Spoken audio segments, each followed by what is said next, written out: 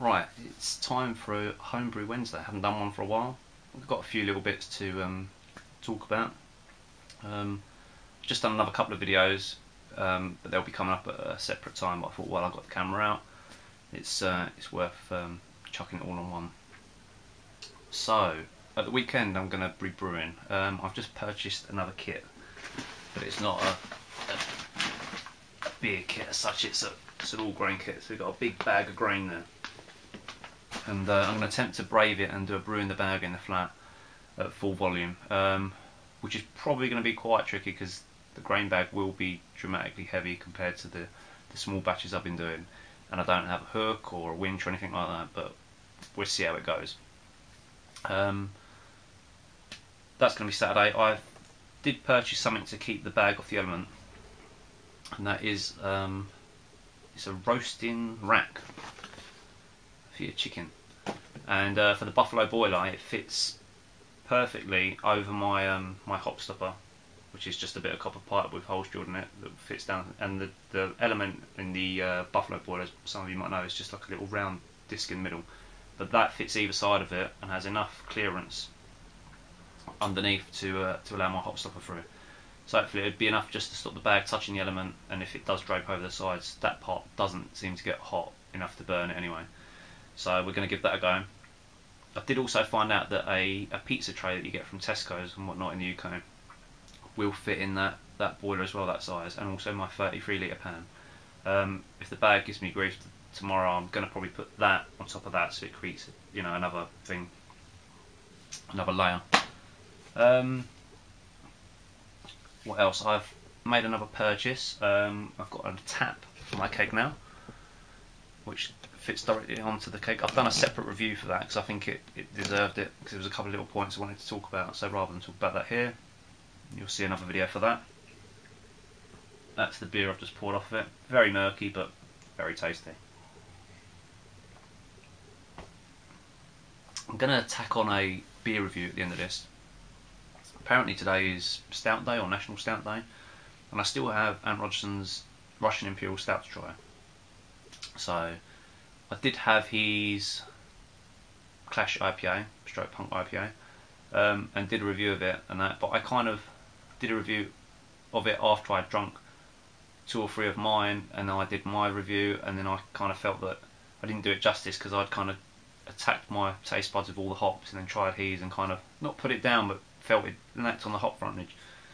And I've messaged him and we discussed it and whatnot, but I felt it was unfair to kind of put that video up there, sort of, you know, putting his beer in a bad light, if you like. But so I scrapped that, but I told him as much, and it wasn't a bad beer. It's just I think that I just destroyed my taste buds with the Punk IPA that I had.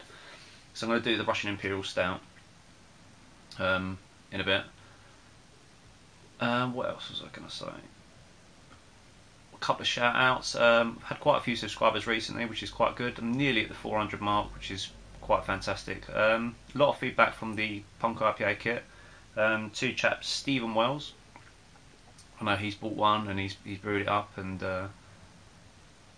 he said he'd like to send me a bottle, which I think is great, so I can't wait for him to get that sorted. And also Ian Kilmurray is also, he bought one kit and his friends and family drank it, and then he bought another one to brew up, so he thought it was great, he loved it.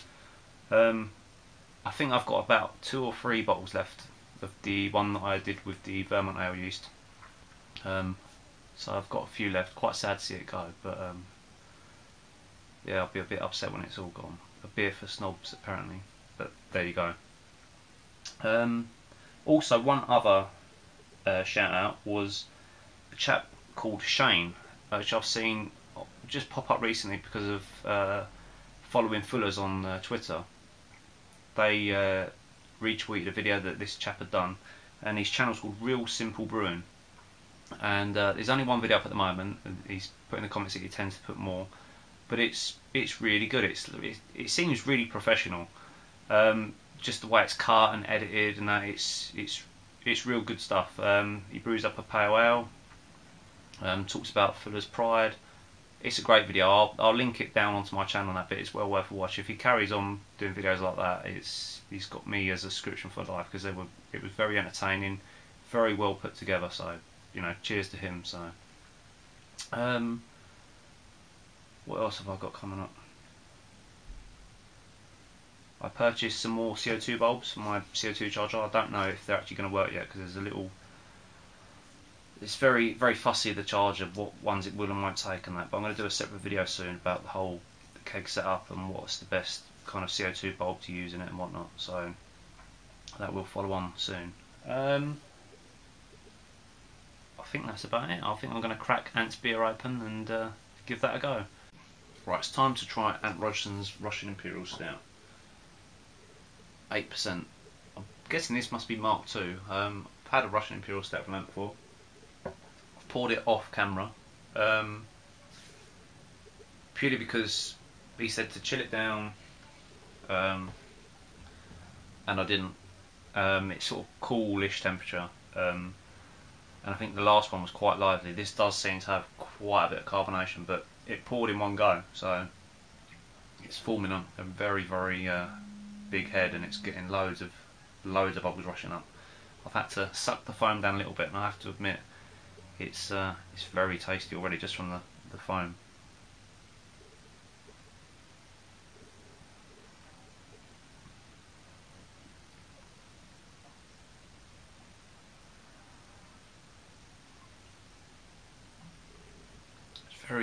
Very rich.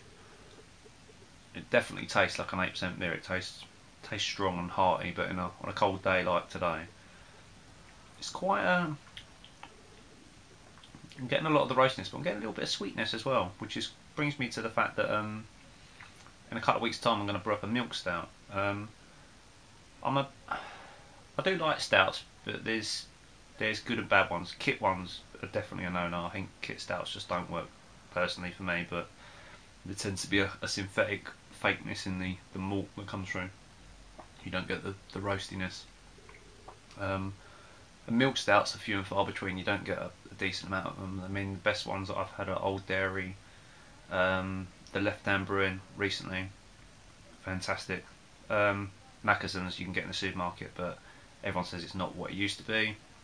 So I think that's, you know, my aim for the next few months over the winter is going to be to kind of brew up a nice milk stout. I'm going to brew one possibly next week, I think, and hope it'll be ready in time for Christmas-ish. It's going to be about 6%, but I would like to brew a lot lower ABV one, so it's kind of more of a, not a session one, because it's when you got the sweetness they can be a little bit like a one beer only drink, but sometimes something too strong can be a bit too much, especially when it's sweet as well. I'm going to dive in again to this.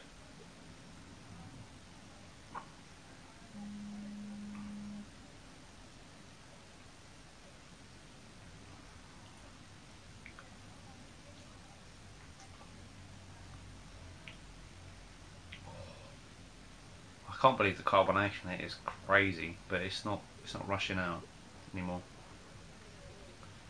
It reminds me,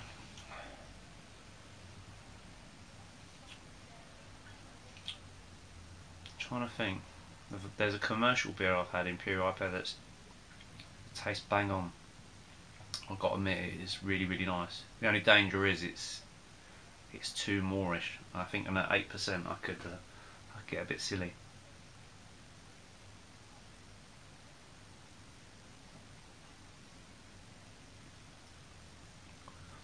It's funny, the carbonation, I don't think it's got anything on the bottom of this glass, it's unetched. But I've had dark beers where they've been over carbonated. I think I did a Cooper Stout like it, and it can be really funny to have a fizzy stout. It just isn't right. As fizzy as this seems to be rising up the glass, on the mouthfeel it's fantastic. It's smooth, it's creamy.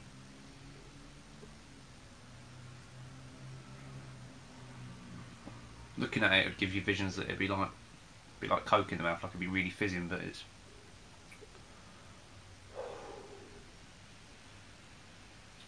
I can feel it in my cheeks already.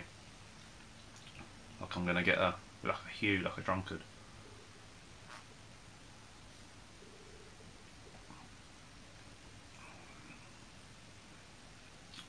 That's fantastic. I don't know how long that's been in the bottle, or even if it was the one from before, but aged longer, I don't know. But it is amazing. Really nice. I haven't brewed any stouts, I don't think so. When I brew my milk stout, it'll be the first one. But Hammerphone Brew did a fantastic oatmeal stout. He's done a Russian Imperial stout. I think I've got one actually from Hammerphone Brew. I'm sure I have. I have to find it. I've hidden it somewhere.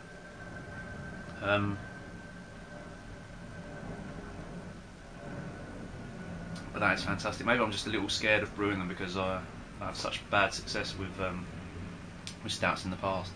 I think the key is the fresher ingredients, and the roastiness comes through that you just don't get from a kit. I can't fault that. That's amazing. If that was in a bottle with a big, or get a little bit of carbonation or something. I don't normally get that. I would definitely pick it up. Definitely. There's only one way I'm going to be able to soak up all this alcohol. It's going to have to be with a packet of these. It's going to make me hungry, this beer, definitely. So I'm going to enjoy the rest of this off camera because it's too good to be down in and be a crazy thing to do. So cheers, Ant, and cheers everyone else.